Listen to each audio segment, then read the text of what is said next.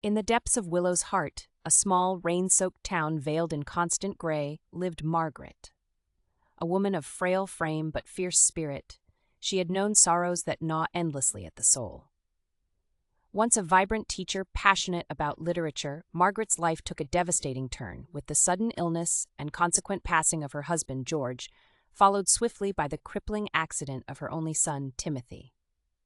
Margaret's home, once filled with laughter and the sweet aroma of George's baking, now echoed with an anguishing silence that weighed on her with each passing day. The walls, adorned with photographs capturing the smiles of better times, offered no solace, serving instead as stark reminders of her profound loss. Each morning, Margaret would rise before the dawn, her joints protesting, her spirit weary, to open the drapes, hoping, always hoping, for a sliver of sunlight. Yet, the relentless drizzle persisted, blurring the glass with its melancholic tears, as if the heavens themselves shared in her grief. Margaret found a strange companionship in her solitary walks. The misty paths of Willow's Heart were often deserted, allowing her the freedom to reflect, to mourn, and to wrestle with her memories without the curious stares of pitying neighbors. Her walks often led her to the town's old, rundown library, where she volunteered, organizing tattered books that rarely saw readers anymore. This place became her refuge, where the musky smell of old pages somewhat comforted her aching heart. One chilly afternoon, as Margaret was dusting off a forgotten shelf in the corner of the library, a small, worn-out notebook fell to the ground. Its leathery cover was soft, the edges frayed from use or age. Curious, she picked it up, feeling an inexplicable pull.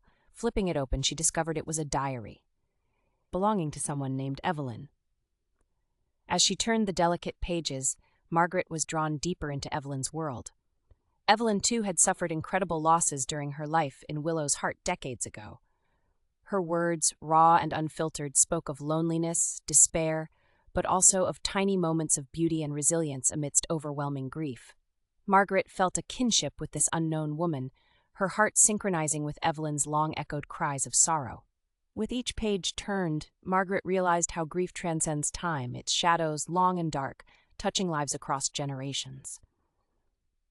Immersed in Evelyn's life, Margaret began to share her own experiences. Out loud at first, in the confines of the empty library, then in writing.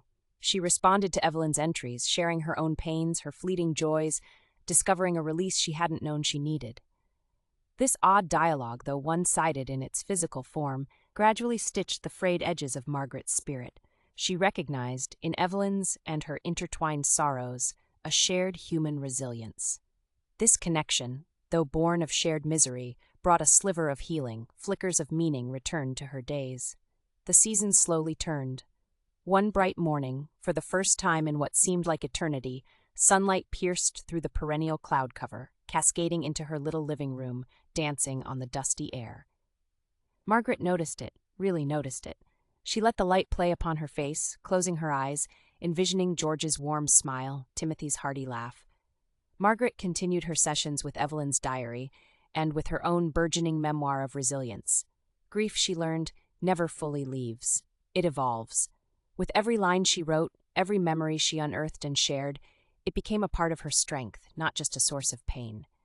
In the humble town of Willow's Heart, as the perpetual rains paused to give way to rare sunlight, Margaret and the spirit of Evelyn found a semblance of peace, a testament to the enduring human spirit, which, even in the deepest silences, still seeks and often finds its echo.